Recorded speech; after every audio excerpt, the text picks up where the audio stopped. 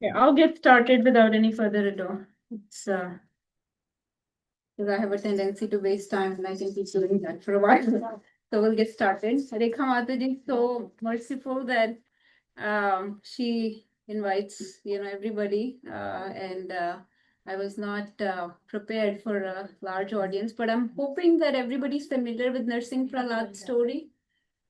Who has not heard the story? The basic outline is fine. Everybody knows? If you don't know, speak now or stay silent. Class. Because we can fill you in if you don't know the past time. आगे आ जाओ बेटा आगे come in the front. Okay, so let's start with some prayers. Whoever knows the prayers, please start with me. Om Ajnana-Timirandhasya Jnananjana-Shalakaya Chakshurunmilitam Yena Tasmai Shri Gurave Namah. Shri Chaitanya Manobishtam Sthapitam Yena Bhutale Swayam Rupa Kadamayyam Dadati Swapadantikam Vandeham Shri Guru Shri Yuta Shri Guru Vaishnavanscha Shri Rupam Sagrajatam Sahavada Rupnathan Yutam Sukham Sajivam Sadhvetam Savadhutam Parijana Sahitam Krishna Chaitanya Devam Shri Radha Krishna Padam Sahagalita Shri Vishakhanutamscha He Krishna Karuna Sindhu Dinavantu Jagatpate Gopesha Gopika Kanta Radha Kanta Namostute Tapta Kanchana Gaurangi Radhe Vrindavaneshwari Vishwanusute Devi Pranamami Haripriye Manjapurvescha Kripa Sindhubhya Evacha Patitanam Pavanebhyo Vaishnavebhyo Namo Namah Jai Shri Krishna Chaitanya Prabhu Nityananda Shri Advaita Radha Shri Vasadi Gaur Bhakta Vrinda Kankaroti Vacharam Pampurlam Jayate Girim Yatripātamaham Vande Shri Guru Dīnataranam Paramanandamaādhavam Shri Krishna Chaitanya Ishwaram Guruve Ramachandraya Radhikāya Tadālaye Krishnāya Krishna Bhaktāya Tadbhaktāya Namo Namah Hare Krishna Krishna Krishna Hare Hare Hare Rama Rama Rama Hare Hare. Let's say some prayers to glorify Lord Narsimha also. Can I have a little bottle of water? Yes. Okay. So this prayer we did last time also. It's a prayer by the residents of Hari Varsha, which is where Prahlad Maharaj resides, and so they're worshipable deities, Narsimha Dev. So please let's recite together. I think you all know, most of you know the meter for this. Om Namo Bhagavate Narsimhaya Namaste Jaste Jase Avirbhava Vajranakha Vajradamshra Karma Sharana Grandhara Vedam Grasa Grasa Upasvana Advayam Advayam Advani Purishta Swama. So here in the prayer, they're saying, I offer my respectful obeisances unto Lord Narsimha Dev, the source of all power. O my Lord, who possesses nails and teeth, just like thunderbolts, kindly vanquish our demon-like desires for fruitive activities in this material world. Look at what they're asking from the Lord. Somebody was asking me in the class the other day, what should we ask the Lord? So you can see, you can take example from the prayers of devotees in Srimad Bhagavatam, what they ask from the Lord when they pray, right? So they're saying, please vanquish demon-like desires for fruitive activities in this material world.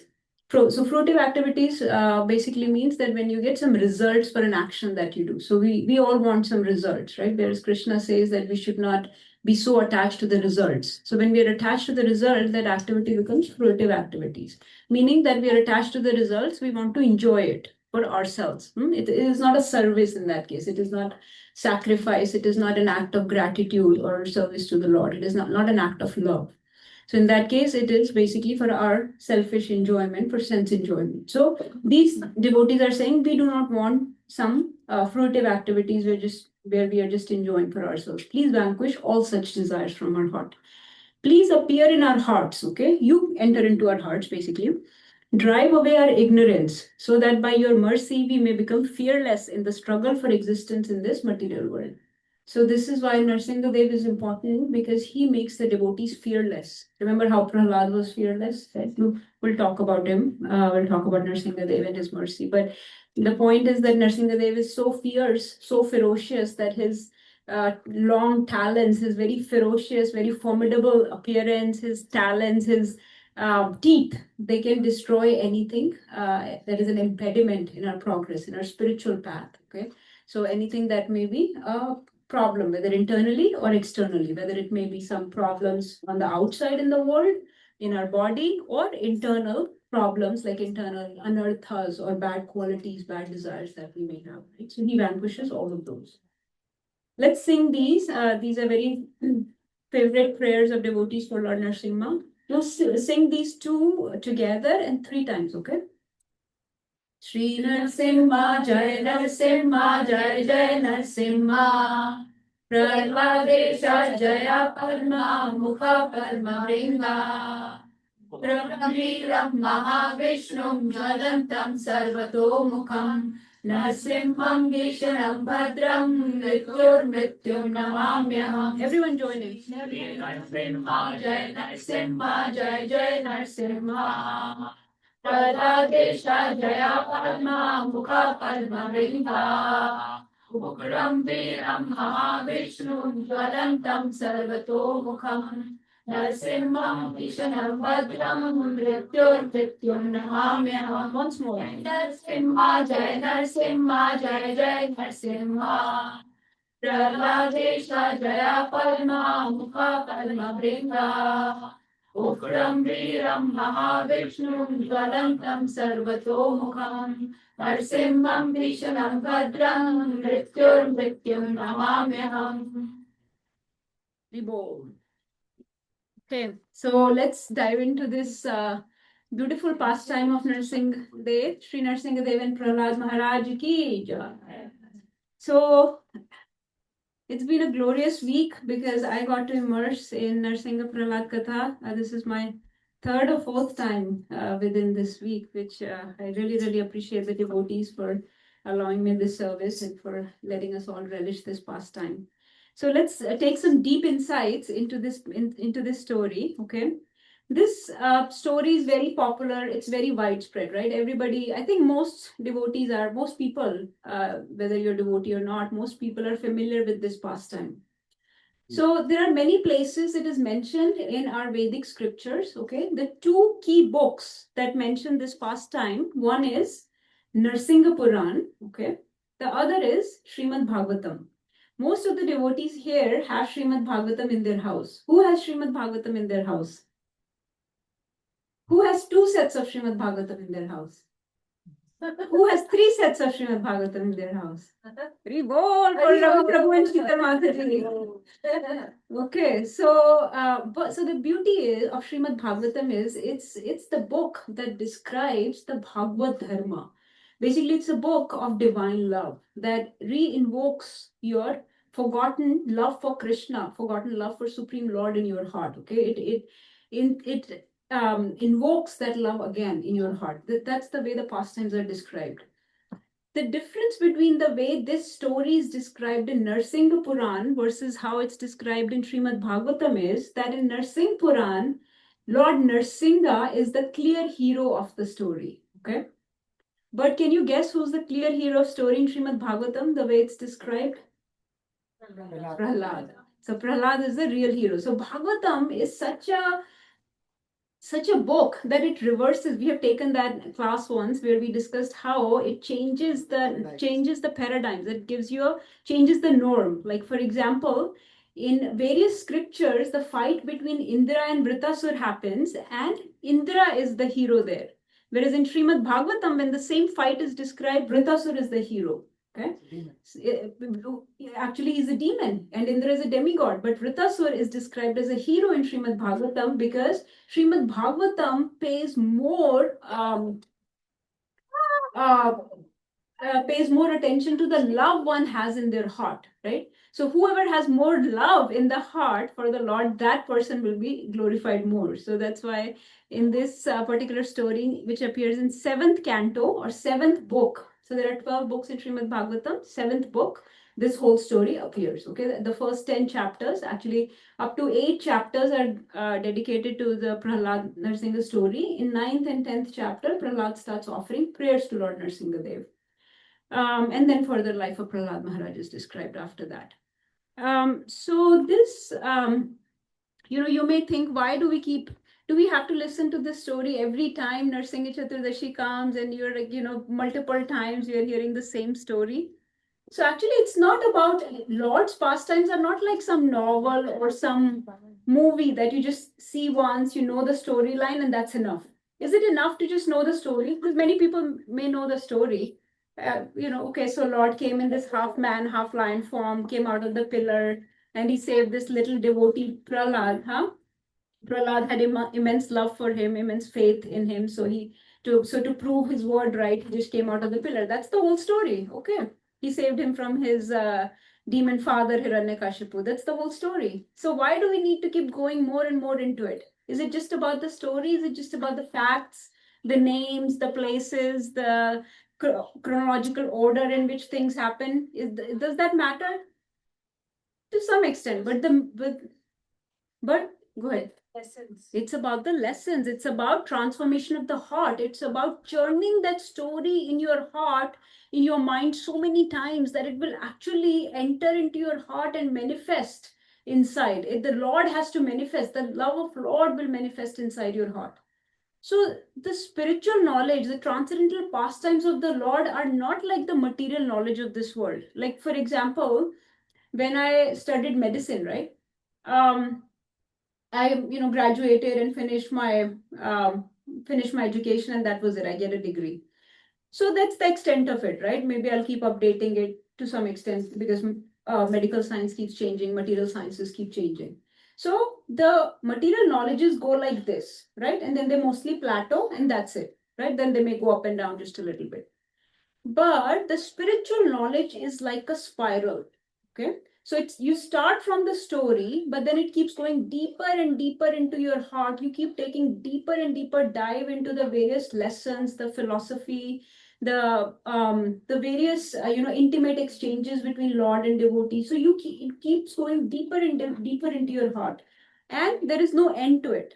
There is no end to it because this spiral can keep going in and in and in deeper and deeper, and there is no end to it. So it is very profound wisdom that gives very deep satisfaction, very deep bliss.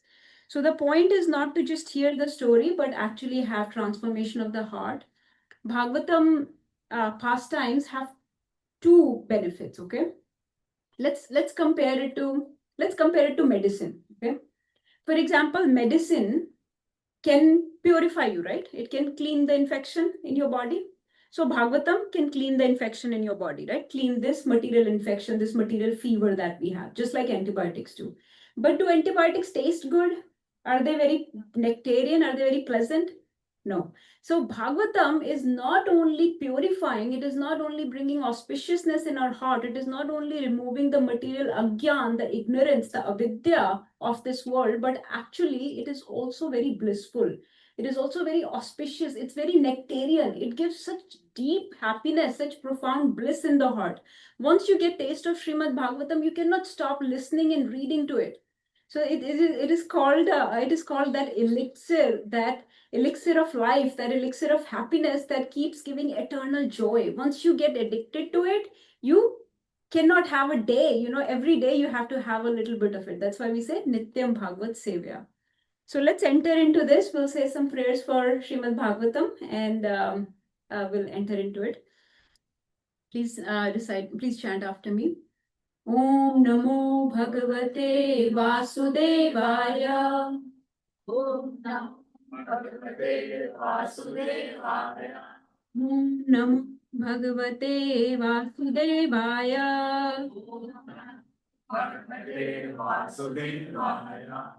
Namo Bhagavate Vasudevaya.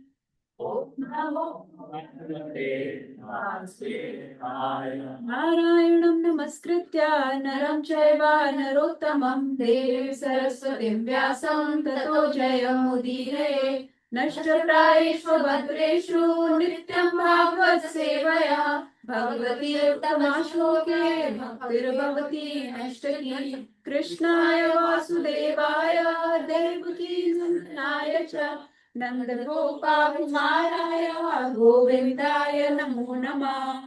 Hare Krishna. So I'll come back to this. This is basically saying that why do we worship Narsingadev? Well, first of all, in our tradition, Narsingadev, like I said, is the Vignaharta, Vigna Vinashak. He's the supreme Vigna Vinashak. He removes all the obstacles, all the impediments that may come in the path of a devotee. As you can see, he did it with Prahlad. Chaitanya Mahaprabhu himself. Can anybody guess like what is mentioned for Chaitanya Mahaprabhu? How many times he read this Prahlad pastime, the Prahlad Charitra? How many times? Yeah, there is a number given. So 108 times. Same with Dhruva Charitra. Him and Gadadhar Pandit, they used to sit and read Prahlad Charitra and Dhruva Charitra many times, over and over again. So many times, and they used to cry over it. So, and you remember that in those days, books were not like now, right? So they were written on they were on like pattal, right? Palm leaves. And when they would cry over it, all those words will get obliterated. So nobody could read after. So those chapters, when somebody got their copies of those books, those chapters were gone. Like they were completely erased because they had cried. They had poured over it so many times. Their tears had poured over those chapters, those pages so many times. And Prabhupada actually introduced this tradition that we should sing Narsingh Arti every morning, every evening in the temple. And we'll sing it later, so you will see how beautiful that is. It's glorifying the ferocious form of Lord Narsimha. And the last verse, Tav Kar Kamal Vare, right? That whole verse. Does anyone know who wrote that verse? Jadev Goswami, right? It's coming from which composition? From Dasharavatar Stotra, right? So that is written by Jayadev Goswami. And the first part, the rest of the Narsingh Arti was compiled by, it's attributed that Chaitanya Mahaprabhu put this together. Chaitanya Mahaprabhu used to offer those prayers. We don't know who compiled it, but Mahaprabhu used to offer those prayers to the Lord Narsimha in Jagannath Puri. And then the whole thing was put together by Prabhupada to give it to us to recite as Narsingh Arti. But our, instruction from Prabhupada was that we should approach Lord Narsingha for any problems in our life, okay? This is just something I came up with. We'll get into let's just start into the pastime. So last time we did the complete story. I'm hoping that everybody knows the story. There is no way to get into the story again because that took like 1 hour, 50 minutes or so.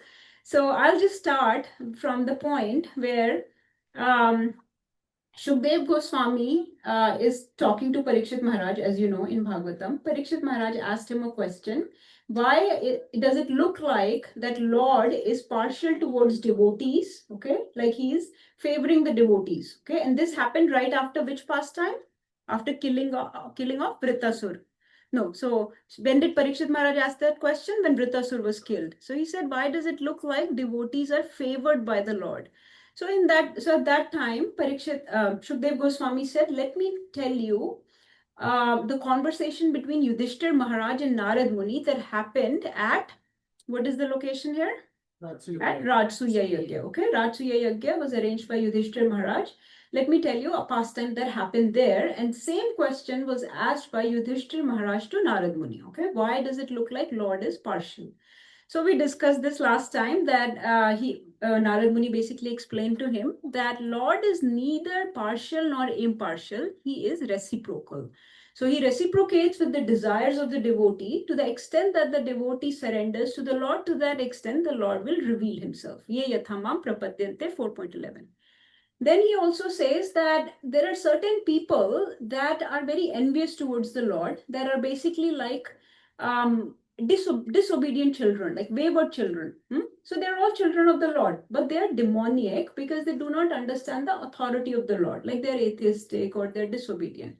So then Lord helps them along by punishing them, by chastising them, just like a responsible parent would punish his child, right? So Lord is reciprocal to the mood of that person. So this person is envious, and he shows this example. You just saw Shishupal was one of the most envious persons. He was he was so envious that right from his birth, he was always absorbed in Krishna, in his envy, in his criticizing him in his mind, completely absorbed unfavorably towards Krishna, very envious of Krishna. And it is described that the only time Shishupal stopped thinking of Krishna was when he was about to get married to Rukmini. So that time he was thinking of Rukmini. And then Krishna swept away Rukmini right from under his nose. So he was back to being envious of Krishna. So in this way, he had spent his whole life just, blaspheming Krishna. And at this Rajsuya Yagya, he could not tolerate him. He could not tolerate the honors, the respects being offered to Krishna. So he just continued blaspheming him, bad names one after another. Okay, and he could not control himself, and he exceeded 100. Krishna actually reminded him, "Hey, you've reached 99 or 100." He said, "So what? I do not care," and he continued. Right? So he crossed 100, and Krishna finished him. So here the lesson, since we're not taking the story, since we are taking some deeper insights, okay, hidden truths here, lessons here. So here the point is, Yudhishthir Maharaj saw this happen. He saw that Shishupal was killed, an envious person was killed, but the spirit of Shishupal, entered into body of Krishna. So he was very mesmerized. Why is this envious person getting liberated? Why is he entering into the body of Krishna, which means he's getting delivered? Why is Krishna I understand Krishna is impartial. You said Krishna is reciprocal. Why is he letting him get delivered? So then the Narad Muni started narrating the whole pastime of Jay and Vijay, that this Shishupal is not just an envious person, he's actually an eternal associate, Nitya Parshad of Krishna. He was a doorkeeper of Vaikuntha, Jay Vijay. But the point here is, Yudhishthir Maharaj was surprised because this person is very envious. And he could not reconcile this fact that an envious person can get delivered. So here the lesson that is taught by our acharyas is that Krishna is so merciful. He's absolute. Okay. So any absorption into him will bring you results. Okay. So even if the absorption into him is unfavorable, even if one is envious of Krishna, but he was so thoroughly absorbed that Krishna gave him points for even that. Okay, for even being so, and despite being so envious, but he's so thoroughly absorbed in Krishna. Okay, so Krishna is so merciful that he even gave him deliverance just for that, just for being absorbed in him. So imagine if a devotee is favorably absorbed in Krishna, just like you were in Kirtan, right? Or in the class or in other activities. So if you are favorably thinking of Krishna, how merciful Krishna will be. So this is not the lesson here is not that we should be just absorbed in Krishna in whatever way. We should be envious of him or offending him, right? And just expect his mercy. That's not how it works. Because what is the definition of devotional service? Should we be anukul to Krishna or pratikul? Anukul, right? We should be favorably thinking of Krishna. Can anybody tell me that verse, the famous verse from Nectar of Devotion, which says that? That's a different verse. So the one that is the definition of pure devotional service. अन्याभिलाषिता शून्यं ज्ञान कर्मादि अनावृतम अनुकूलेन कृष्णानुशीलनम bhaktiruttama. So if you have to become pure devotee, pure devotional service, or you may have to make advancement in devotional service, you cannot be thinking of Krishna critically or enviously, right? You have to do favorable things. That's why we were talking in our class about bhakti poshak sukriti, right? So you have to do some activities that will nourish your spiritual life.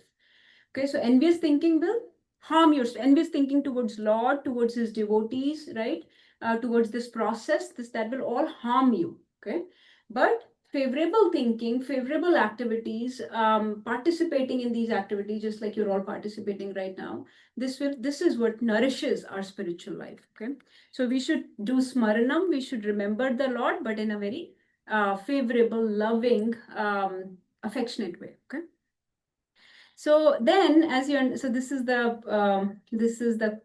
something I came up with, the illusion of partiality. It looks like Lord is partial, but actually Lord is reciprocating, as a parent would reciprocate based on the behavior of a child, right? If a child is trying to hurt themselves, they are disobedient, they don't listen to you, they go and talk to, they go and indulge in some unfavorable behavior, then Krishna will punish them. So the demons are punished not because Krishna is envious of them or impartial or partial against them, but just to help them along in their spiritual journey. The second, if you remember, we were discussing about how. So then the story starts of Hiranyaksha and Hiranyakashipu. Okay, everybody knows about these two brothers. They are twin brothers. Are they humans? Are they animals? Are they fish? They are demons, right? Okay. And they are the sons of who's their mother? Kashyap and Diti. Kashyap and Diti. Okay. Who are the sons of Aditi? Diti's sister? Demigods, Devatas, right? Adityas, basically.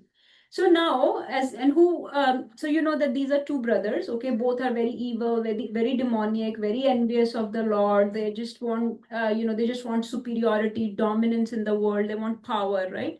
So they are hurting all the, they're causing a lot of disturbance, hurting brahmanas and any spiritual processes, rituals going on. They just create disturbance. So in this process, Hiranyaksh was killed by the Lord himself. And which form of Lord killed Hiranyaksh? Varadev. Everybody knows that, right? So I'm hoping that's why I'm taking the lessons, because this is not the story today. We did the story last time, going into the lesson. So Hiranyaksh was killed. And we saw how Hiranyakashipu came and offered comfort and consolation to his family that was crying at the Hiranyaksha's body. So Mother Diti was crying, Hiranyaksha's wife and their children, many siblings, they were all crying at Hiranyaksha's death. They were very, very, for a long time they were lamenting. Okay. So Hiranyakashipu came and he gave did he give very good knowledge or yeah? Huh? Top class knowledge. He gave Bhagavad Gita philosophy. He gave the whole concept of how we are not this body, we are the spirit soul, we are part and parcel of the Supreme Lord. Everybody that takes birth has to die. He talked the topmost wisdom that is there in the scriptures. Okay, as if he's giving this Harikatha, is this Bhagavad Gita class. That's how he spoke. But then he turned around and he told his soldiers that we have to launch an attack on Vishnu. We have to start destroying, go to Earth planet and start destroying all the yagyas, all the rituals, kill all the devotees, brahmanas, anything that pleases Vishnu, start destroying those things. Okay. So does anyone remember why we discussed why Hiranyakashipu was, even though so knowledgeable, so learned? Sometimes we see many of the demons are very learned, right? Ravan was very learned. Kamsa was very in very much advanced knowledge, but they are not able to act on it. There is no softness of the heart. There is no transformation in the heart. The character, the activities do not reconcile with what they speak. Why is there that gap, that difference in what they speak and what they do? Huh? Yes, Hari Bol. So their gyan, their knowledge is not becoming applied knowledge or practice knowledge. They are not making any effort to follow any sadhana process. They're not engaging in any services. So the knowledge is very superficial. It's on the surface. It's not going deep into the heart. So such knowledge, actually dry knowledge, causes more arrogance, right? It causes more problems because such a person becomes puffed up. They become more conceited, more arrogant, and they do not act accordingly. So the lesson was also that we should not speak what we, and I should not say this, but don't speak what you don't practice. I'm speaking still, but I hope you'll forgive me. I'm trying to practice what I preach, but still, we should not preach what we don't practice, right?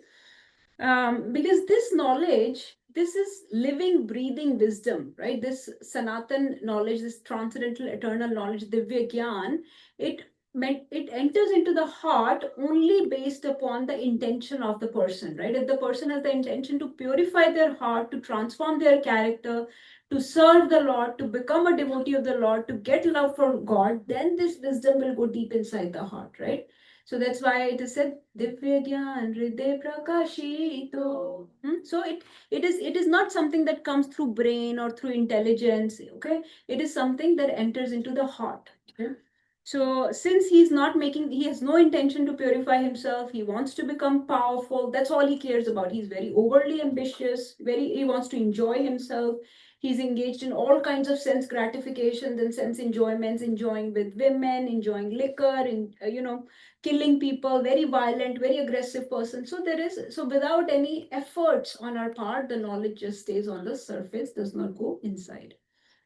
Um, so then we know that he started doing a lot of austerities to please Lord Brahma because he wanted to become the unrivaled force in the entire cosmic manifestation. He wanted to rule over the demigods. He wanted to win over all the worlds. So he started doing this very fierce, very tamasic type of tapasya actually. So here, and you know what Prahlad did to get his knowledge? Anybody remembers what Prahlad did? How did Prahlad get his knowledge? Let's engage a little. Harikatha. Listening to Harikatha. Listening to Harikatha while sitting in his mother's womb, right? For thousands of years, right? For many, many years, he was just listening, just comfortably listening. So he did not go to the top of a mountain? Agree? He did not stand on the tip of his toes and hands raised, right?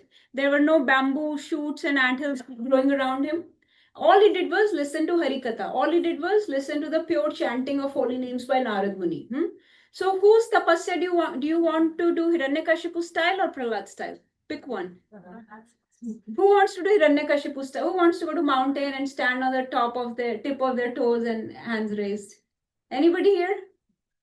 So what are we doing here? Sitting in a very comfortable way, doing Harinam, Harikatha, just like Prahlad did, right? So this is our process. That's why I think we've discussed this last time. I'm not sure if we did, but his process was very unpleasant, very severe, very tamasic, right? And just not pleasing. And with that type of process, his aim, what was his intention? His intention was not to serve anyone. His intention was not to get love of God. His intention was to get all these yogic perfections, to become immortal. He just preached to his people, to his family members, that everybody has to die. Everybody who comes into a body has to die. And now he's trying to become immortal. He's trying to stay in this body forever. So then, and what else he wanted? He wanted to even take post of Brahmaji. The same deity that he's worshipping, he even wanted to take that post also. He wanted to overturn all the rules, all the laws of the Lord, and all the established practices. So, is his intention pure? No, it's very self-motivated. It's very power-hungry type of person. Then we discussed that how by following this fierce, vigorous, unpleasant process, he was only able to please a demigod, not the Supreme Lord. Is that right? Only able to please a demigod. And demigod came and gave him some boons that he forcefully had to give. Brahmaji had to give those boons, right? Whereas Prahlad followed this very simple, straightforward process, just, very, very pleasing. And Supreme Lord himself came, not just a deity, not just a demigod, but Supreme Lord himself came. And he came of his own accord. It's not like he had to, Hiranyakashipu had to get Brahmaji to come, but Supreme Lord came, Narsingadev came of its own accord, right? And was ready to give him so many boons. So who can tell me a verse from Srimad Bhagavad Gita which says that this process is very pleasing actually and can be easily performed? We don't need to do all these tamasic things. I know few people that know this verse. राजविद्या राजगुह्यम पवित्रमितम उत्तमम प्रत्यक्षवागम्यम धर्मयम ससुखम कर्तुम अभयम. Very bold. And who can tell me the number? 9 point some. 9.2. Very bold, very nice. Okay, so this is our process, which is very pleasing, very, at the same time, very purifying, very auspicious, very nectarian. Okay. So that's why basically what I'm saying is that it's not that hard. In Kali Yuga, the process has become very simple. Even, Prahlad Maharaj is exemplifying that when you follow this process, Supreme Lord Himself comes to protect you. And this is the process we are giving here. We are giving Harinam, we are giving Harikatha. That's what Prahlad did. Okay. And constant favorable absorption in the Lord. And that's what we are recommending everyone to do. And if after that, I mean, this has been made so simple. There is no excuse for any of the jivas of Kali Yuga to not follow this process. So if then difficulties come, just like they came to Prahlad, you cannot complain that Lord has not come to protect me. But you were given such an easy process. Why do you not follow it? And when the difficulties come, then we cannot lament, right? That Lord did not come to protect me. So He will protect, but you have to do your effort. You have this Lord will reciprocate according to your effort. So let's start today. What are we waiting for? It's a very pleasant, very addicting, actually, very, very nectarian process. Once you start, you cannot stop.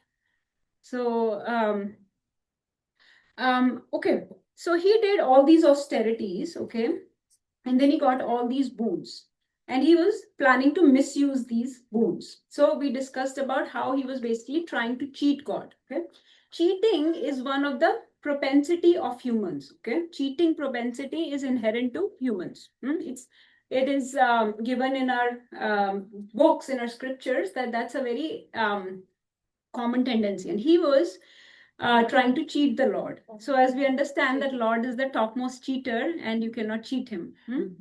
We took some examples like which form of Lord cheated one of the first class devotees, Vaman Dev, who cheated Bali Maharaj, right? And now Narsimha Dev is going to cheat Hiranyakashipu, right? So I'll tell you just a couple things. So what Hiranyakashipu did was he was planning to ask for these material gains. He wanted to be the king of the whole cosmic manifestation. He wanted to become immortal, cannot be killed by any of these things in day or night, by any weapons, by any inside or outside, in the earth, water or sky. He did, so he asked all kinds of, he covered all his bases and came up with this unbreakable plan, this thinking that he can cheat the Supreme Lord. So he was trying to fulfill all, he was asking for all these various materialistic things, yogic siddhis, perfections, whatnot. The problem here is, and as some of you understand, that we do not know what is good for us. Okay. So when we ask Lord for certain things, we do not know what is good or what is bad for us in the long run, right? Often we ask for things looking at with a short-term vision, for short-term gains, okay, not neglecting our long-term benefits. Okay, typically people neglect their long-term benefits. So Lord may not grant those wishes if they're not good for your long-term benefits. If they're not good for the soul, Lord will reject those desires, right? Those short-term goals. So, for example, there is a very famous story in this regard, like how short-term our vision can be. There was a lady who was walking in the scorching heat. Okay, the sun was blazing on top of the sky at noon, and she was carrying this very heavy burden on her head. Okay, and she was perspiring profusely, and she was lamenting, I wish somebody could, I have day after day, I have to carry this heavy burden on my head. I wish somebody could help me carry this. Okay, and as she was walking, suddenly she stumbled and the burden fell from her head. Okay, so as she was like, oh my God, it was so hard to carry this and now it fell. And she said, oh Krishna, please help me lift this, huh? And Krishna appeared. Okay, Krishna actually appeared. He heard her call and he appeared. And he said, okay, what do you want? She said, can you put this burden back on my head? and and he helped her and he put the burden back on her head, and Krishna disappeared and she went along. As she walked a few steps and started perspiring again, she realized, I just got darshan of the Lord. He came and asked me, what do I want? And I asked to put the burden back on my head. Like that's the kind of short-term vision we have, right? We become very comfortable with the struggles of existence in this world, and we just keep asking for some relief from those struggles, and that's all we are concerned with. right?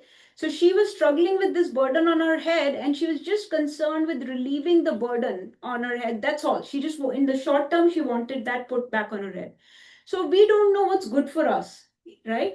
So that's where Bhagavad Gita helps us. It helps you to develop a long-term spiritual vision where you can see beyond the short-term obstacles, short-term difficulties or reversals going on, beyond this bodily enjoyments and things. But we just keep asking for these small short-term things. So that's the problem, that we don't know what we want. Coming to the point of cheating the Lord, okay? So you already know the scriptural stories about cheating the Lord. Anybody knows the story of King Midas? Midas or, huh? Huh? Okay, who can tell me? What did he ask from God? King Midas. Anything that you would touch would turn into gold. Anything that I touch, turn into gold. Okay? So he was obsessed with gold. He's obsessed with money. Money is, Prahlad says, money is the honey. Huh? So he wanted everything to become gold, everything that I touch. Do you think that's a very smart plan? It's not a smart plan, because what happened when he tried to eat, the food turned into gold. When he tried to embrace his daughter, the daughter turned into gold, basically became lifeless, right? So when you try to change the rules of this world, when you try to cheat against, try to ask for things that are not valuable in the long run, this is what happens. You get entangled, you get problems, you get difficulties. And we can't see that far. We don't see that. We never see that far.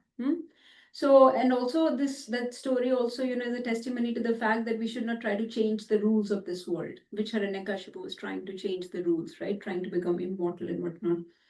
Another time, a man asked, so this man was 60 years. The man and wife both were 60 years. So the man asked God, can I have a wife who is, can you make my wife 30 years younger? He was 60, wife was 60. He said, asked the God, can you make my wife 30 years younger? So God did this, and he became 90 years old. So now automatically his wife was 30 years younger. So, we're trying to cheat the Lord. We're trying to ask for things, that we think we are very smart. Huh? So Hiranyakashipu also thought he was very smart. So in this way. So this is what happens. So these are not the things. So when you pray to the Lord, that's why these are not the things you need to ask. Okay, gold or make me young or make me beautiful, and just short-term things. Okay, ask the Lord, please help me in my spiritual journey. Please help me get some services, some honest services, sincere services to you. So ask for those kind of things. Okay, then, that while Hiranyakashipu was doing all this tapasya, Narad Muni was sitting with Kayadu and relating Harikatha, Harinam for a long time, right? So so here the importance of Sadhu Sangha comes. So I think some of you are going for Sadhu Sangha, right, this year? Who all are going? We are not able to go, but okay, Prabhuji. Something else, Motherji. So we are missing out. But here I'm going to talk about that's how Sadhu Sangha is so important. Sadhu Sangha, Sarva Shastra kahe, love matra Sadhu Sangha, Sarva Siddhi hai. So Sadhu Sangha, the association of pure devotees, is, and in this Sadhu Sangha where all these devotees are going, it is amazing. The pure devotees are just walking around. You cannot get, these are such celebrated devotees, advanced people, spiritualists, self-realized yogis. You cannot get their darshan anywhere, but here they come in thousands and they're all just walking around. So some of you should go and relish that sadhu sangha. And then there is harinam going on, so much kirtan going on, so much prasadam is just completely transcendental. So so this sadhu sangha, it's very, very purifying, it's very, very auspicious. And the top three limbs actually of our bhakti, they are Sadhu Sangha, Nam Kirtan, and Bhagavad Shravan. And Prahlad was doing all this. Prahlad was getting Sadhu Sangha, he was getting Nam Kirtan, and he was getting Bhagavad Shravan. So this was like the longest Srimad Bhagavatam Katha that was going on forever and ever. But the point to be noted, Kayadhu did not hear much of it, right? But Prahlad heard everything. So for Kayadu, Kayadu is Hiranyakashipu's wife, Prahlad's mother. So there was no transformation of heart. Nothing happened. Why? Because she was so consumed, she was preoccupied with her problems. When will my husband come back? Will my child be safe, or I'm away from my home? So she was just consumed, just preoccupied by all these problems. So this tells you the importance of listening properly, hearing properly, because Prahlad had nothing else to do. He was not contaminated by the preoccupations of this world. He had no worries, no cares. So he was just consumed in the hearing of Bhagavatam from Narad Muni. Whereas Kayadu was distracted here and there. So when you're distracted, again, it may not go deep into the heart. But otherwise, Sadhu Sangha can cause transformation very quickly. Okay, let's talk about Prahlad. So then Prahlad was born. Okay, there are three important parts in which Prahlad can be discussed. One is Prahlad's qualities. Okay, one is Prahlad's teachings. Okay, which we just read on the day of Narsingh Chaturdashi. Prahlad's teachings, which come in 6th chapter of 7th canto, very very important chapter. And then Prahlad's prayers. Prahlad's prayers come in 9th and 10th chapter of 7th canto. So let's take Prahlad's qualities. Can everybody or different people mention some qualities of Prahlad? This is not something you and I have to share. Yes. Guru Nishtha. Guru Nishtha, very strong faith in Guru, right? Why Guru said that Lord is everywhere. So Lord is in this pillar also. On that basis, Prahlad said, when Hiranyakashipu asked, is your God in this pillar? Prahlad said, yes, he's in this pillar. And he was so, faithful to his guru's teachings that he was transmitting those teachings to his schoolmates in the demonic school. He adhered to those teachings. When he was sitting in Hiranyakashipu's lap, he said that this is what my Guru Maharaj told me. This is what Narad Muni taught me. What else? Guru Nishtha, Nam Nishtha, Bhakti, right? Very Our soul, he had full Yeah. surrender unto the Lord. full surrender. Abhay. Abhay, he's fearless, very this is very important. He was fearless, he was very bold. Like he's sitting on Hiranyakashipu's lap, and when he asked him, what was your favorite subject? What is the favorite topic that you learned in the school? So he did not say any geography or maths. He would have tried to please his demonic father, but he was fearless. He was very clear in his concepts, very audacious, right? My Guru Maharaj told me that the best topic in this world is that Shravanam Kirtanam Vishnu Smaranam Padasevanam Arjanam Vandanam Dasyam Sakyam Atmanivedanam Iti Pumsarpita Vishnu Bhakteschennava Lakshana Kriyet Bhagavati Yadda Tanmanneditam Uttamam. This is the Uttam, this is the topmost knowledge that I have learned. That you should pray, worship the Lord through these 9 processes of devotional service. So very fearless, right? And also very tolerant. Was he tolerant of all the tortures that were inflicted on him? So many difficulties he came, so many problems happened with him, but was he very tolerant, right? He did his faith deviate at all? Did he lose faith in Krishna? Did he lose faith in his guru's teachings at any time? No, he stayed confident. At the whole time, his fearlessness is coming from being confident in Krishna. He knew that Lord will protect me. I do not need to worry. He was not Fully surrendered. fully certain. Yes. Hiranyakashipu, who is supposedly, so powerful, but he's fearful of death. That's why he wanted that boon to become immortal, right? Because he's fearful of death. Prahlad, is he fearful of death? No. He's not even fearful of death. So even though Prahlad seemingly has no power, but who's more fearless, Hiranyakashipu or Prahlad? Prahlad, because Prahlad has no. Fearless, Who is more nirbhay, Prahlad or Hiranyakashipu? Prahlad, because Prahlad is not even fearful of death, right? Where Hiranyakashipu was fearful. So this is like a paradox. There are many paradoxes in this 7th canto, actually. I wish we had time to cover those paradoxes, but this is one paradox, that somebody who's very powerful should actually be fearless. And somebody who has no power like Prahlad, completely akinchan, he should be fearful of things. But actually he has no fear, because he has fear, or you can say respect, reverence for Vishnu. So when you have fear of Vishnu, it nullifies all other fears. So when you have reverence, love, respect for Vishnu, that will nullify all the other fears. So, okay. Very kind. He wanted the welfare of all his, everyone. Everyone, compassionate, right? Very, very compassionate, very merciful, even to his father. When Narsingha asked him, what do you want? What boon do you want? He said, please Please spare my father. So Narsimha said, you don't have to even ask me. Your father has already been delivered. What to speak of your father? The 21 generations before and after have also been liberated. Somebody, if in a family a pure devotee like you comes, their 21 generations back and forth have all been liberated. So compassionate. So he quoted this devotional process, right? Which, so you know that we don't need to follow all of this. If we just follow one process very sincerely, that's enough to give us love of God. Is that true? Like, for example, who followed the process of hearing very, very carefully with great absorption, and that was enough to give him love of God? Parikshit Maharaj. Who followed the kirtan or speaking for Krishna? Shukdev Goswami. So what process did Prahlad follow to get love of God? Smaranam. So absorption. So remember the absorption of Shishupal versus absorption of Prahlad? That was unfavorable, critical, envious absorption into Krishna. This is very loving, very, very, sincere, deep, devotional absorption into Krishna. This is the process of Smaranam. So Prahlad exemplified the topmost Smaranam. Okay, he's the example for that. And it is actually the injunction to us as devotees that there are only two rules for us.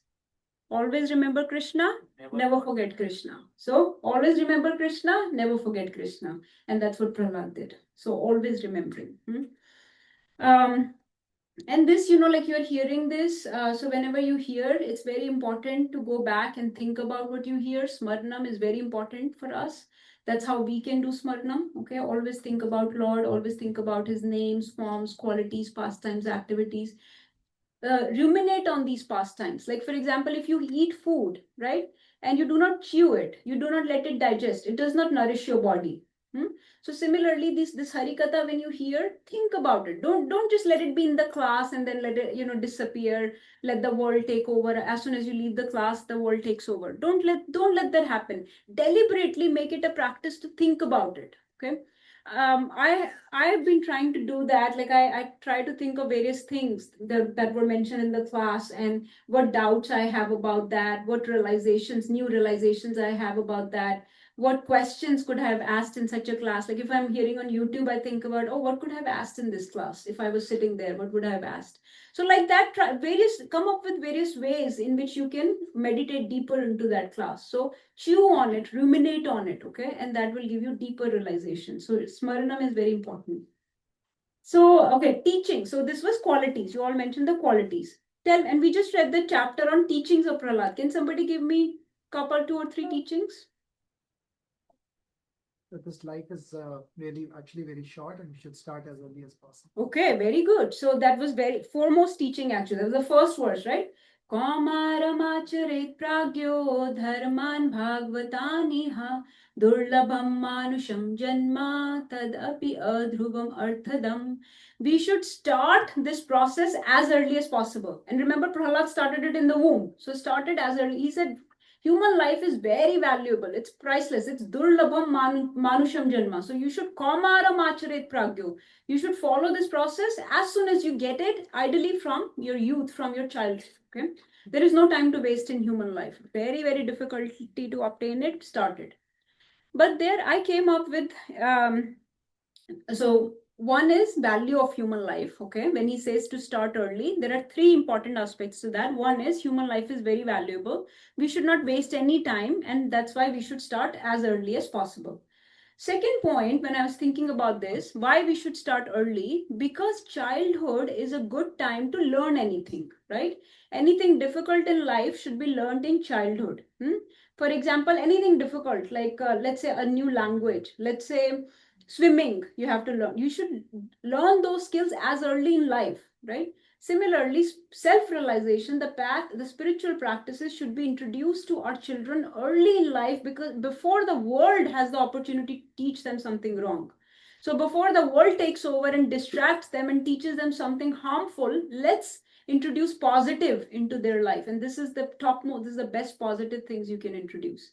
So good habits should be formed early, right? And the third reason is we should give the best time of our life to Krishna, to the Supreme Lord. We should give best of everything to the Lord. The best time of one's life is the childhood. So that time should be given to Krishna very sincerely. That's why in our four varnas, brahmacharya is the time, the initial time of life is when we learn the spiritual knowledge, right? In brahmacharya ashram. So that's why best time of our life should be offered to the Supreme Lord. Okay. And then what other teachings? Some other teachings anybody can think of? He talks about the material life that people just enjoy sense gratification. Do that chewing the chewed. Chewing the chewed. Yeah. So let's say Matirna Krishne Parta Svatova Mito Bipade Grihe Vratanam Adanta Govir Vishatam Tamishram Punah Punascharvita Charvananam Punah Charvita Charvananam बार चर रहे हैं. So sense gratification is like that. We are just chewing the chewed, okay? Like in a chewing gum or in, let's say, sugar cane. You chew it, initially there is nectar, then there is nothing. But we keep doing the same thing over and over again. So this plan of sense gratification is a failure. Why is it a failure? Let's dissect it a little bit more. Sense gratification gives happiness, right? Like let's take example of gulab jamun. I like to eat gulab jamun. That's sense gratification. Let's say it's not prasad. I'm just doing it to enjoy. Why is this a failed campaign? Prahlad says this process, this plan of sense gratification over and over again is not going to work. Why? Let's take some understanding. There are many flaws with this plan. Let's find some flaws. It's temporary. It is not going to provide the eternal happiness. It's Okay. very temporary. Okay. So yes. So let's say I eat a gulab jamun. How long can that give me happiness? Maybe a day, maybe a few hours a day, depending on what kind of sense gratification. Let's say I go on a trip or travel. That might give me a little bit longer, right? That may last with me for a little bit longer. Gulab jamun may last with me a day. Okay, so it is, so in time wise, in duration wise, it has very short term happiness, short limiting effect. What else? It will cause pain if you just eat too much of it. So amount. So which means you cannot do unlimited sense gratification. Even if I like to eat gulab jamun, I can eat maybe 5, maybe 10. Okay, I cannot eat 50 or 100 gulab jamuns. It'll be a problem, right? It'll be a problem. So amount is very, so you can only enjoy sense gratification in a limited amount. Otherwise, you will have negative problem. You'll have side effects, right? Even whatever sense gratification you enjoyed, let's say I just ate one gulab jamun very responsibly, right? I did not want to get spoil my teeth or get diabetes or get GI gastrointestinal side effects. So what did I do? I just ate one gulab jamun. Even that sense gratification with the intention of just sense enjoyment will cause entanglement or results in spiritual life. Okay. What else? So duration is less, you said. Amount cannot be enjoyed very much. Okay. And there will be side effect to whatever you do. What else? Then you come again and again. Yes, it can never be satisfied. It causes dissatisfaction. There is this, these senses, they will not give, it's like scratching an itch. You scratch it for very few minutes, it will, because I have a lot of patients that I have to tell them, stop this. This is an itch scratch cycle. And you know what that causes? Itch scratch cycle, ultimately cancer or precancer. So I have to tell them, you have to stop this itch scratch cycle. You have to stop scratching, because when you scratch an itch, it relieves that itch just for a few minutes. And then itch comes back again and more intense. Okay. So the senses are like that. You become a victim of the senses. You become a slave of the senses, so that you satisfy them a little bit. Next time they want more. Okay. They want more. So they can never be satisfied. So they are always cause dissatisfaction. What else? What are the other problems with just sense gratification? It takes a lot of effort to enjoy something in this world. Something, okay, gulab jamun maybe just, even gulab jamun, I don't know where to get gulab jamun today in Jackson, something there. Right. That's Right. It's not like accessible. And even making, it takes some effort. So effort. It takes a lot of effort. It takes a lot of effort to enjoy something in this world. And before, let's say I collect a lot of money to buy Tesla. So I worked really hard for, let's say, 2 years. Got all this money, and then I got the Tesla, and within a few days, somebody totaled my Tesla, right? So it was just, you know, there is no way to keep these things for a long time. Okay. And then what else? What is the other problem? The other problem is the happiness that you get is not very deep. That's the real problem. It does not give profound happiness. It does not, it's a very superficial happiness. It's not very deep. So the time, the duration is very limited, the depth is very limited, the amount is very limited. Even that amount comes with side effects. Even for that amount, you have to do a lot of effort. So you see, in all areas, it's like a failed process, right? So this is, okay, you got some teachings. Let's see what else can be. So this is chewing the chewed that Mataji talked about. This is a trap. Prahlad identified this curriculum, merely repeating endless cycle of temporary material comfort. Give up this illusion of worldly attachment and take shelter in devotion. Okay, next. Okay, so then Hiranyakashipu got very upset and he said to Shanda and Amarka, let's start punishing this guy or start teaching him. They start punishing him, so many problems happen. Now here the lesson is, so he was living with demons. He was living with demons, which are very negative association, very disturbing elements. They had uncontrolled sense enjoyers and very power hungry, and they were in the school, they were learning all about this is your friend, this is your enemies, right? How to lord power over other people, how to become the how to win over your enemies, like so many things that Prahlad did not care about. He did not care about these type of differences in the world. That's what he was being taught. So let's say in a lot of our lives, we are spiritualists, we are trying to follow a spiritual path. Maximum people are not following spiritual path, you agree? Maximum people just want to chew the chewed. They just want to enjoy this sense gratification. They're not on this path at all. So how do you not give in to that unwanted influence of the world? How do you not succumb to the temptations offered by them, the teachings offered by them? How do you maintain your chastity to the Lord, your sincerity and faith in Lord, when the world, the TV, the movies, the books, the people around you, the relationships, they're all teaching you to go after these sense gratification and all these other things? How do you protect your Krishna consciousness? That's my question. By association of devotees. ज्ञान लेना होगा, knowledge about knowledge, association. So the art process. So basically A, B, C, D, E. So sadhana through daily sadhana, not weekly, not monthly, not yearly, daily sadhana, right? Daily you have to associate with Lord through books, through his names, through prasad, right? Through various limbs that have been given to us. Okay. So that's daily sadhana. The other way is also, so it is called being Kali cautious and Krishna conscious. Okay. So how can you be Kali cautious and Krishna conscious?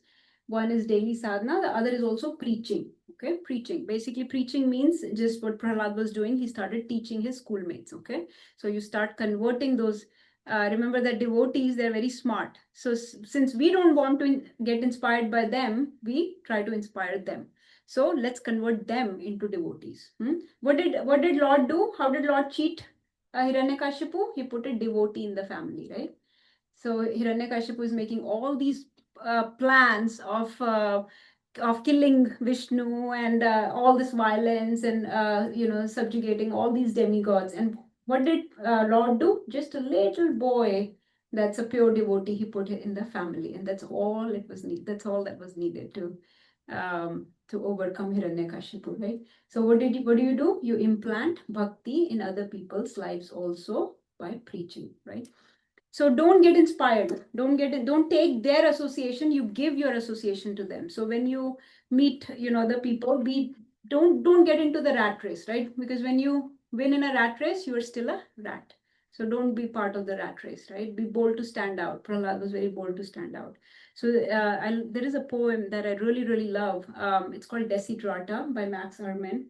It says, "Speak your truth quietly and clearly." Okay, I wish I could read that poem to you, but it says, so don't sugarcoat, right? Speak your truth I'll give you an example. Like, for example, when we go to work, I tell people, I don't eat this, right? I don't eat meat, fish, eggs. So they will ask you, why do you not eat these things? Now, I've seen a lot of people answer, even devotees answer, for my health reasons, for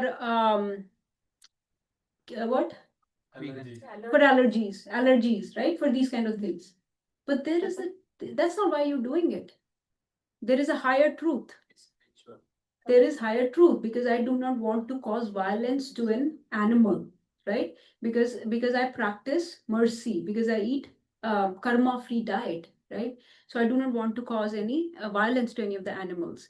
And maybe that will be a very, new principle to them, but maybe it will transform their heart. Maybe they will also think that, hey, you're right. Maybe I don't want to kill an animal either. I don't want to kill an innocent cow or a pig or a lamb or a sheep. So, and speak your truth quietly and clearly. People appreciate that actually. People like integrity. Okay. So, and there are so many other examples, but this is just one of the examples. So don't let the world break you. Okay. Don't let them break you. Prahlad was very fearless, like Prabhuji said. Now, of course, in Srimad Bhagavatam, there are extreme examples. The father is torturing the son. The son is pure devotee. In our life, it will not be extreme examples. Bhagavatam gives extreme examples. In our life, what will happen is mostly there will be relationships or people at work or someone they'll stop inviting you to things, right? They'll stop inviting you to their parties, or they will start sort of ostracizing you, or maybe mock you, maybe make fun of you. Those kind of things may happen. They may try to discourage you. They may try to tell you, hey, why are you doing all this extra things? Let's have fun, right? So people may not agree with this, and those are all the problems you may face. Not so much extreme violence like Prahlad faced. But so imagine our troubles are much less compared to Prahlad's troubles, right? But what we have to do is we have been given a process, and if we follow that process, we can make this, create this armor, this fortress around us, where we can live in this world without being affected by the world, right? So like a lotus living in a muddy water. Okay, nature of relationships in this world. So as soon as Hiranyakashipu heard Prahlad's teachings to him, that you should become a devotee of Vishnu. So what did Hiranyakashipu do? He threw Prahlad violently across the room.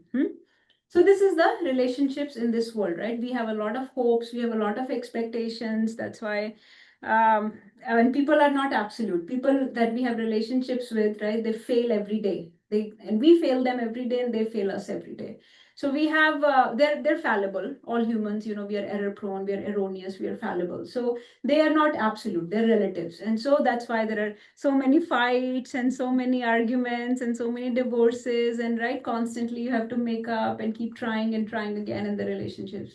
But who is absolute, who can completely fulfill all our hopes, all our expectations, and completely reciprocate with each and every jiva's each and every desire, each and in whatever mood you want, is Supreme Lord. So Supreme Lord is absolute, he's unlimited. So that is the relationship in which we should invest in ultimately, right? But the relationships of this world are just, you're not very capable of fulfilling all our expectations that we have from them. Okay, this we discussed. Start early, right? Before the brain gets wired, tired, and fried up. Prepare for the war before entering into the war. Okay, somebody said that he was very tolerant. He dealt with a lot of difficulties. In our life, a lot of problems will come, right?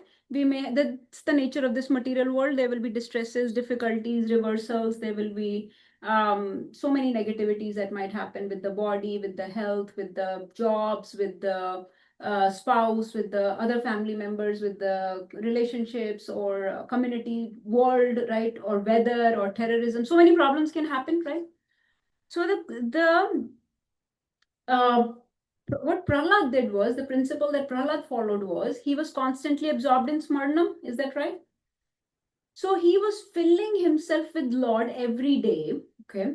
And as you know, when one is squeezed, what comes out of them is what they are filled with. Okay. For example, if you squeeze a lemon, what will come out of them? Lemon juice, because that's what is filled inside them. When you squeeze a sugar cane into a machine, what will come out of the sugar cane? Sugar cane juice. So what are you filling inside you on a daily basis will come out when the difficulty comes. Okay. So if rest of the time you have filled yourself with the nonsense of this world, okay, then when the difficulty comes, there is no way to manage it. You will be completely depressed, completely anxious, torn apart, broken into pieces, right? So then that's not the time. I mean, you can approach the Lord. Of course, we should approach the Lord at all times, but still, we should be approaching Lord in all days and filling yourself with Him so that when the difficulty comes, actually devotees do not even feel when the difficulty comes. So there are so many examples in Srimad Bhagavatam where difficulty after difficulty comes and those devotees are, even keel. They have sufferings, they have problems outside, but they do not suffer inside, right? So sufferings will come, but it is your choice whether you suffer or not. So you will become so immune that you will not suffer, right? Because you're full of Lord. There is a very great devotee in our tradition. His name is Bhakti Tirth Maharaj. Who has heard of Bhakti Tirth Maharaj? Very bold, wonderful. So he said there are two tests, two ways to know the advancement of a devotee, the purity of a devotee. Okay. One is, what do you do when you are alone? How do you spend your time when you are alone? Number two, how do you behave, or what do you do when you are in trouble? Okay. So if you are when you are in trouble, if you start raging, lose your faith, or start complaining, lamenting against Krishna, right? Why did Lord not protect me? Did Prahlad do all of that? No. So that shows your advancement. So how you tolerate the provoking situations is basically a test of a devotee, a test of a spiritualist. Okay, I think I'm coming to the end here. This is the difficulties. So you can see Prahlad was preaching, and this is how he was able to stay immune in all this time. This is the last point and very important point. So Prahlad could see Lord everywhere. Okay. And what is this? This is called spiritual vision. How do we get this spiritual vision where we can see Lord everywhere? Now, seeing Lord doesn't mean just seeing by our senses. So, you know what atheists do? Atheists decry the existence of Lord based on the fact that they cannot see Him, right? They just say, because we cannot perceive Him with our eyes, that means He does not exist. We will believe Him when we see Him. Since we cannot see Him, so they have this logic of sense perception. But our senses are error prone. Our senses are faulty. They're deficient. So they cannot perceive something so sublime, something transcendental like Supreme Lord. Forget Supreme Lord. In this material world, there are so many things you cannot see. Can somebody give me an example? Coronavirus. Has anybody seen coronavirus? But it wreaked havoc on the entire planet, right? Yeah, right now we're all breathing in. But you can't see it, right? But you can feel it, but you can't see it, right? Japan, can you see it sitting from here? China, can you see it? But does it exist? So many things. And then senses can also fool you in another way. For example, like right now when we were coming, it was blazing hot, right? Scorching heat. And on the road, you could see the mirage, right? You could, as if there was layer of water on the road. But is there water on the road? There is no water on the road. So your senses are faulty. They'll make you see things that are not there, and you cannot see things that are there. For example, if you see moon between the two branches in the night sky, is the moon really between the two branches? No. Now, if you change the angle, the moon will be between the two buildings somewhere else, right? So you are seeing things from your viewpoint, from your vantage, from where you are, what level you are. So you have to elevate your level in such a way that you can see the Lord. You have to change your vantage point from which you can see. Like if you're standing in the middle of a very busy downtown, let's say Chicago or New York downtown, New York, Manhattan, you can, if you're standing in the Times Square, all you can see is all these blazing lights and these big buildings, right? You may not be able to see the moon. But let's say you want to see the moon, you may have to go on top of a building, top of a high tower to see the sky, to see the night sky, to appreciate the stars. So sometimes we have to elevate our vantage point, and that is called spiritual vision. Okay. So material vision is very overwhelming because all you see is these tall buildings around towering over you, and it feels very overwhelming because they are suffocating you. You become claustrophobic, right? But when you get on top of the top of a building or in an airplane, suddenly those buildings are now very small. They're minuscule. They cannot overcome you. They cannot overpower you. They're so small. So, but all that you have done is it's the same you. You have changed your vantage point from where you're seeing things, right? Another example that was coming to me about faulty senses is when you put a pencil in like water, it appears bent, right? It's not bent, but it appears bent. So you see how our senses are.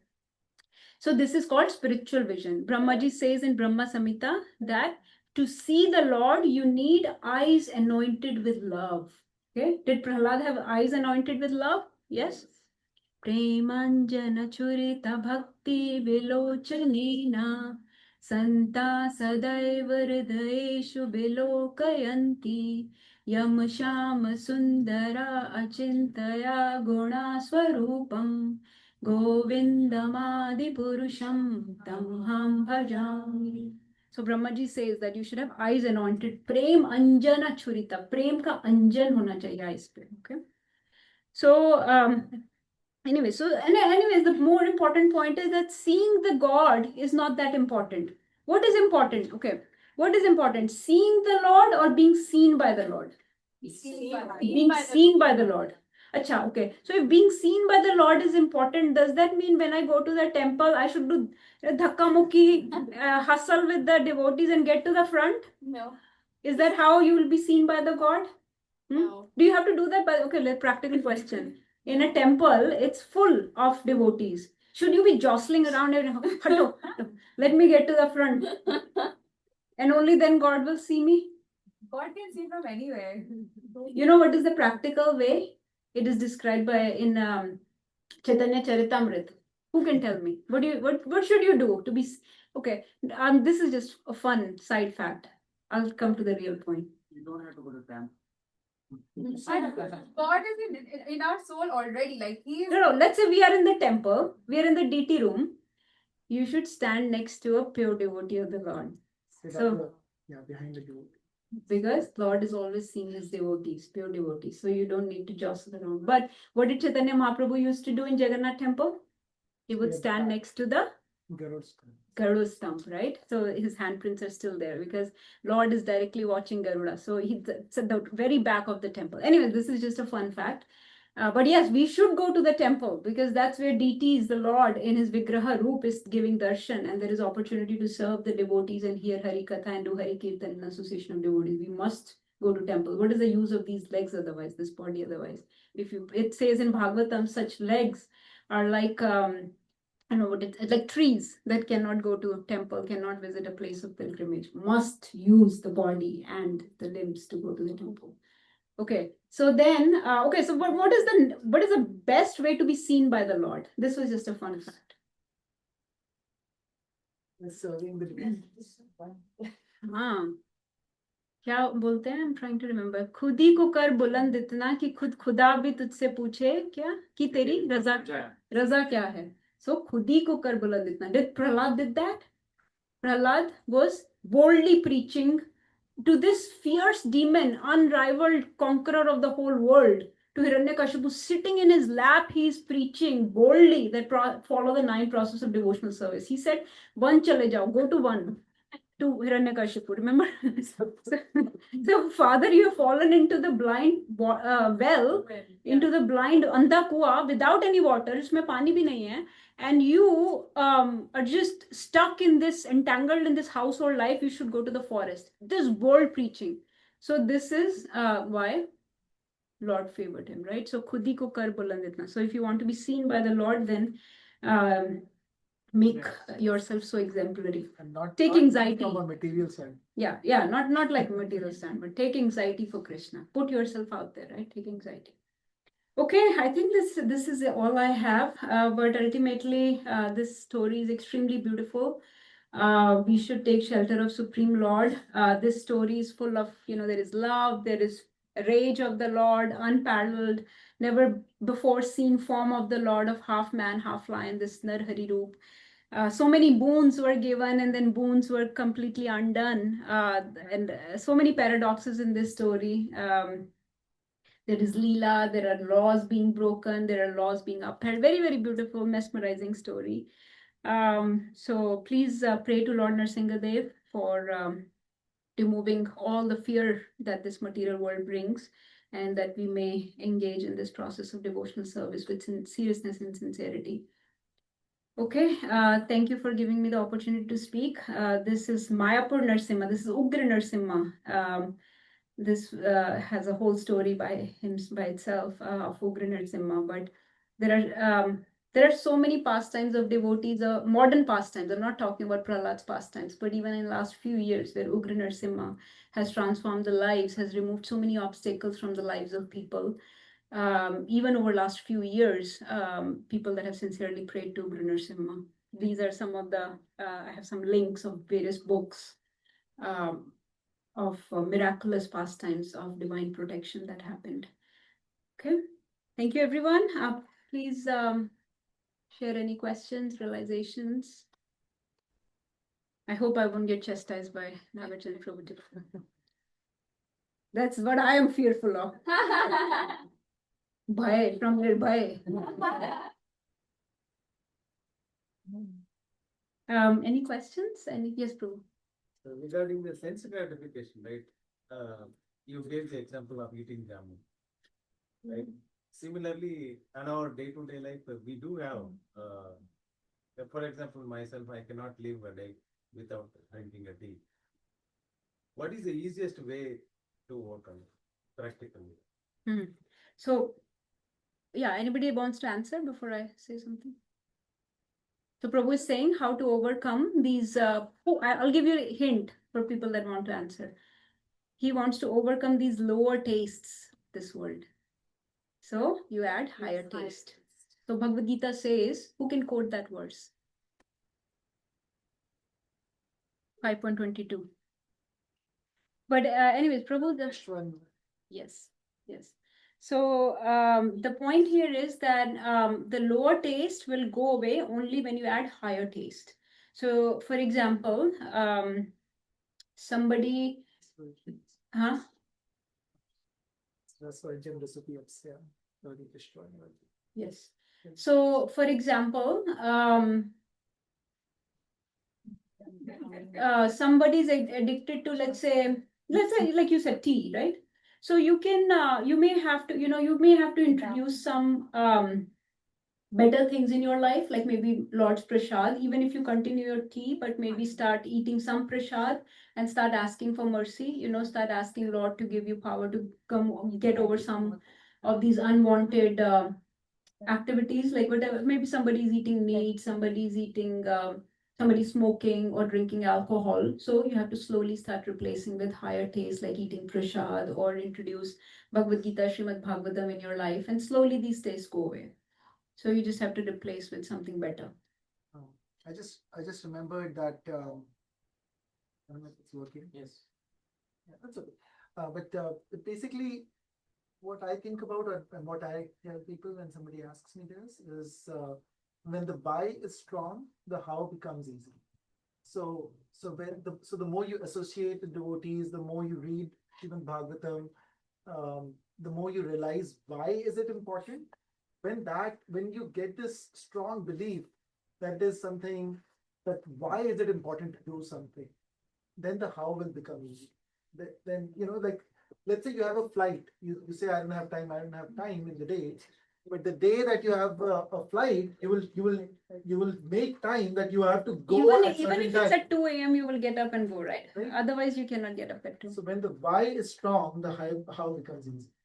So Prabhu, basically, in Bhagavad Gita, it is mentioned that hierarchy of control, which means our intelligence controls the mind controls the senses. So Prabhu is saying, if you control your intelligence, if you realize why you need to do this, okay, if your intelligence is trained, it's acute, okay, it's sharpened, then it can control your mind, which is telling the senses to drink the tea, right? So in this way, you can control the senses. So your intelligence needs to be trained by the knowledge of scriptures, by association of devotees. Slowly start adding Krishna. We typically say that between do's and don'ts of spiritual process, pay more attention to the do's. Okay, so add things in your life, and the don'ts will become easy.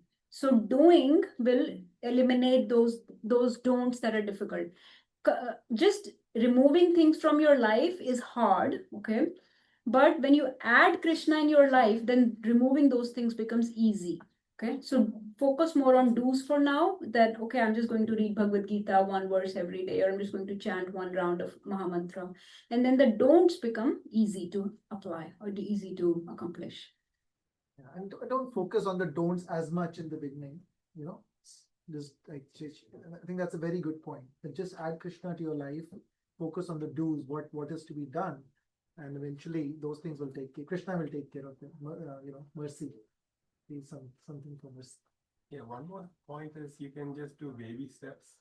So you don't have to, if like the example of Murugari, Narada Muni saw him, he was half killing animals and enjoying their bleeding and struggling. So his instruction to Murugari was fully kill the animals. So anybody hearing is, oh, this great Muni is saying to kill animals. But you slowly reduce it. So for tea, if you're taking 3 times a day, you start doing 2 times a day, then once, then maybe start with decaf and slowly you can reduce. Maybe. The easiest example is like in my practice, right? We tell patients to cut down on their smoking. So depending on how much they smoke. So if they smoke 2 packs, I say, okay, can you cut back to 1.5 pack in next 3 months? So I set an achievable goal for them. That way they can cut back. If somebody's just smoking 10 cigarettes, then I'll say, can you cut back to 5 or 7, right? So basically slowly cut back, is Prabhu is also saying. So focus on do's, develop higher taste, and cut down slowly. It's hard to do don't completely, it's hard to remove things quickly. Okay, any other questions? Yes, Madhuri. Thank you, Madhuji, for this power-packed session. It always feels nice to attend the session direct. There's so much of spiritual energy. And because every day when we practice, it becomes kind of cliched, and then when we have this association, and we get really powerful. So you had mentioned about being direct, clear in saying why we follow certain things. Like for example, I want my food to be mercy, filled with mercy, and not non-violent. Basically, for sticking to vegetarian. But I always get asked, okay, I understand that you are being vegetarian because you don't eat meat. Why not onion garlic? So, what should we say? Yes, Madhuri. So Bhagavad Gita, come back to basics, right? So these are tamasic food, meaning they are in mode of ignorance. So let's say it's American people that you're talking to, you can say that these are there are certain foods that have been identified with that cause negative effect on consciousness. So since I'm following a spiritual path, a discipline, there are certain foods that we avoid which have negative effect on our spiritual practices. Mainly our consciousness gets degraded by consuming those foods. So it's this is what it is, right? Is that not, are we lying? Like, are we sugarcoating anything? No, this is what it is. So I feel more, I have seen, and you can tell them, share the benefits. I've seen that since I stopped consuming these foods, I feel, less, let's say, angry, less distracted, more focused. I sleep, I don't have to sleep as much, right? I have more inclination towards reading our spiritual books and chanting the holy names. I'm more focused. I'm more attentive when I do those things. Even in my work has improved. My consciousness is improved. And the way I approach work, right? I approach it with a mood of service now. So I've seen a lot of benefits in my consciousness, and that have transformed my relationships, my profession, my energy level, and all this. So this is what you're sharing. That's true. But then they ask, definitely onion and garlic have medicinal values. So yeah, there may be some bodily benefits for sure. We're not saying that, but there are many aspects to this. But you can keep it basic. That there may be some bodily benefits, but the long-term spiritual benefits that we see are the spiritual risks or spiritual problems are more to our consciousness. So yes, we can analyze the bodily benefits, but nobody can analyze the benefits to consciousness by avoiding these food products. So since my consciousness is very much improved, I can get those kind of bodily benefits from consuming other foods also. But also remember, the material science keeps changing. So, I mean, that may not be very tasteful to some people because they think that they're absolute. So being told that their knowledge may be limited or relative may not go very well with them. So, but the main thing is that bodily benefits are not as important to me. They can be provided by some other food, some alternate things. But spiritual benefits of avoiding this is much more. It's very straightforward. We are not sugarcoating anything. So for some hypothetical benefit of some cancer, it may protect, I'm not going to consume this because the way my lifestyle is, I'm anyways, following a very, very sattvic lifestyle, right? So our chances of getting the diseases and cancers and those things are nullified by avoiding all these various other toxic substances. So you see what I'm saying? Thank you so much. Yeah, but I mean, you can see according to you'll have to test the water to see how much these people, they want to engage with you in this discussion. If you think you can transform somebody and they may be, helped by this, then you can go into more detailed discussion. When we associate, instead of taking their association, we have to take the association. So that's how I started making the kids chat about so that way, at least, to some extent, it's that. So the parents understand. So these parents are the ones who keep asking Right. these questions. Yeah, they will ask about eggs also. There's so many things, and you can direct them to some videos also or some websites also. Yeah, I do have yeah, and then they keep asking like, how do you get your proteins? Obvious questions. Yeah, Mataji, there is proper training for preachers on how to answer these questions. So yeah, you can definitely refer to those websites and videos. So yeah, we should train ourselves. We should be trained in this knowledge so we can answer these basic questions. Yes. Any other questions? Shall we stop? We have to do Nursing Arti, maybe some more Kirtan and then Prasadam. Okay, thank you everyone for joining. Mancha Kaltarubis Tripas and Dubya Evacha Patita Nama Nevyo Vaishnavyo Namo Nama. Thank you, Mataji. Nursing Prahlad. All glories to the assembled devotees. Hare Krishna. All glories all to Krishna.